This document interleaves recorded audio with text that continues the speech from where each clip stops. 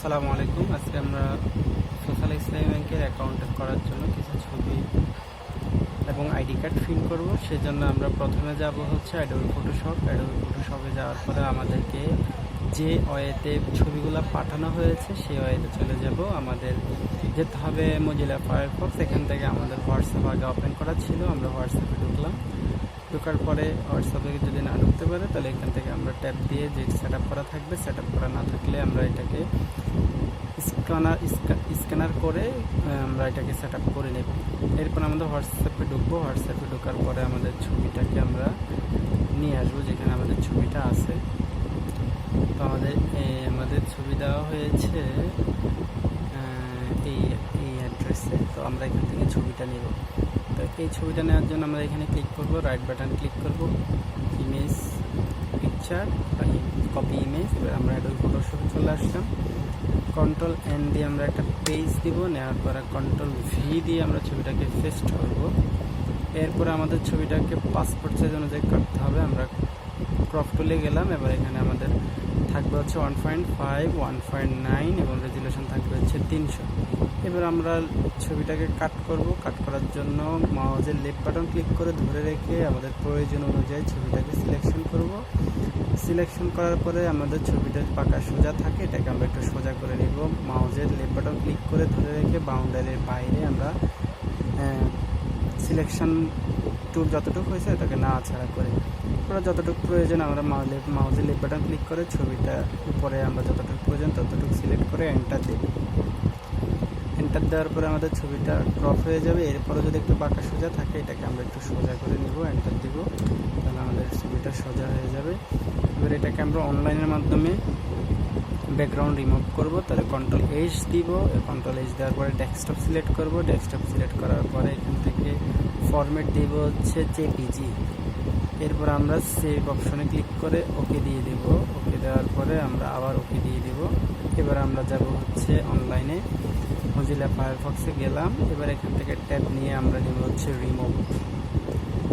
Remove নেওয়ার পরে আমরা এখানে পূর্বে একটা ছবি ছিল, এই জন্য এভাবে আসছে। আমরা যাব হচ্ছে প্লাস আইকন, এখানে আরও একটা ছবি নেওয়া যাবে ডেস্কটপ এবং হচ্ছে যে ছবিটা করতে চাই সেখানে ক্লিক করলাম এবং ওপেন দিলাম। তাহলে আমাদের ছবিটা ব্যাকগ্রাউন্ড রিমুভ হয়ে যাবে, একটু অপেক্ষা করতে হবে। তাহলে ব্যাকগ্রাউন্ড রিমুভ হয়ে যাওয়ার পরে ব্যাকগ্রাউন্ডে ক্লিক করব, কালার হয়ে আমরা এখান থেকে একটা কালার দিয়ে দিব এবং ওকে। এরপরে হচ্ছে আমরা ডাউনলোডে দিয়ে দিব।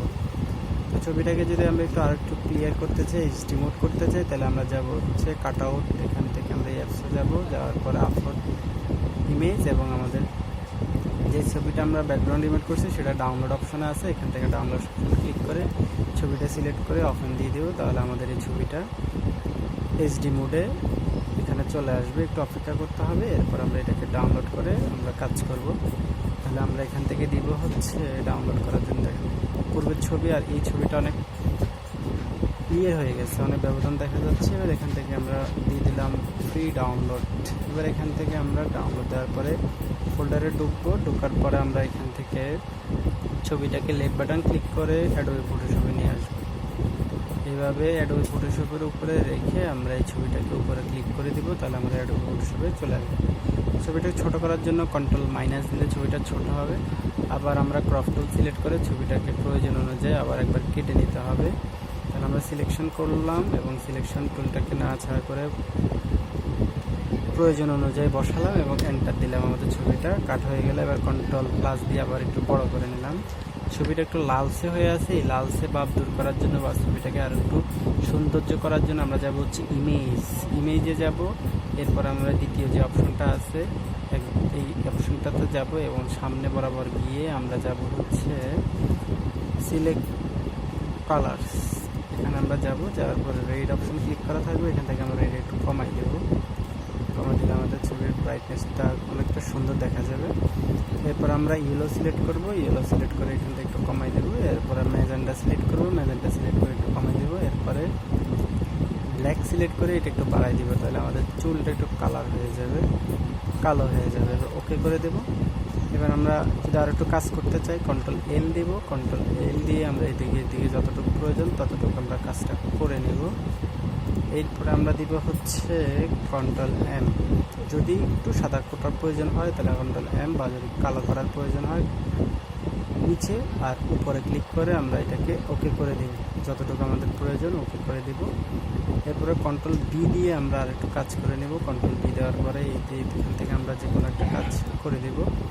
এরপর আমরা ওকে চাপবো। এবার আমাদের ছবিটা প্রিন্টের জন্য রেডি হয়ে গেছে। এবার এটাকে আমরা রোটেট করার জন্য কন্ট্রোল আই ই চেপে এন্টার দিলে আমাদের ছবিটা অ্যাঙ্গেল হয়ে যাবে। কন্ট্রোল আই ই এন্টার দেবো, ঠিক আছে। এদিকে উপরে উপরে নিচে হবে।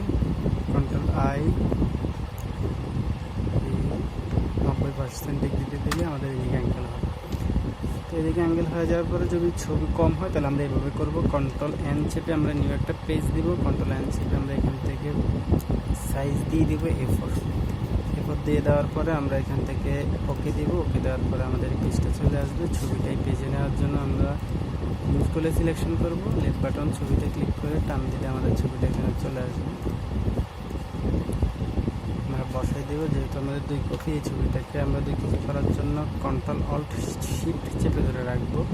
কন্ট্রোল অল্ট শিফট চেপে ধরে রেখে মাউসের লেফট বাটন আমরা যদি ছবিটাতে ক্লিক করে ধরে রাখি তাহলে আমাদের ছবিটা কপি হবে। তাহলে আমরা এখান থেকে কন্ট্রোল অল্ট শিফট চেপে ধরে রেখে আমরা এটাকে কপি করব।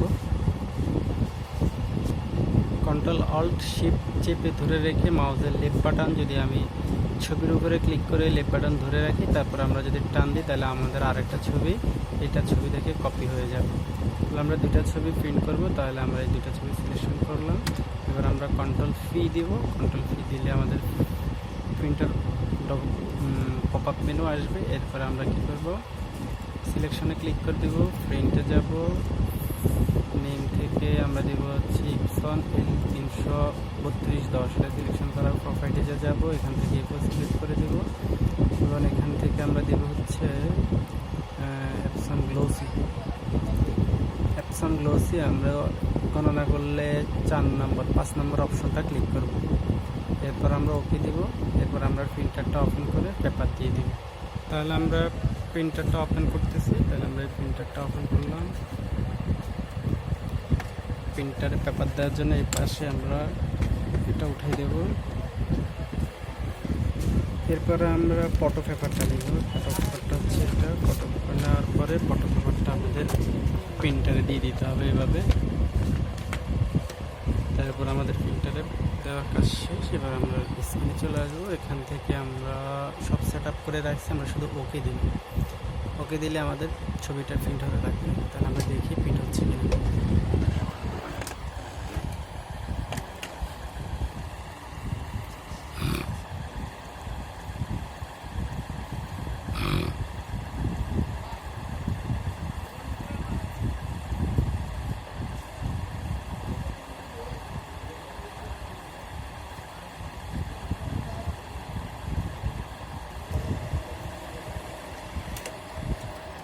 তাহলে আমাদের ছবিটা প্রিন্ট হয়ে বের হয়ে গেছে। আমরা এখন কেটে কাস্টমারকে দিয়ে দেব। আজকে এই পর্যন্ত। আসসালামু আলাইকুম।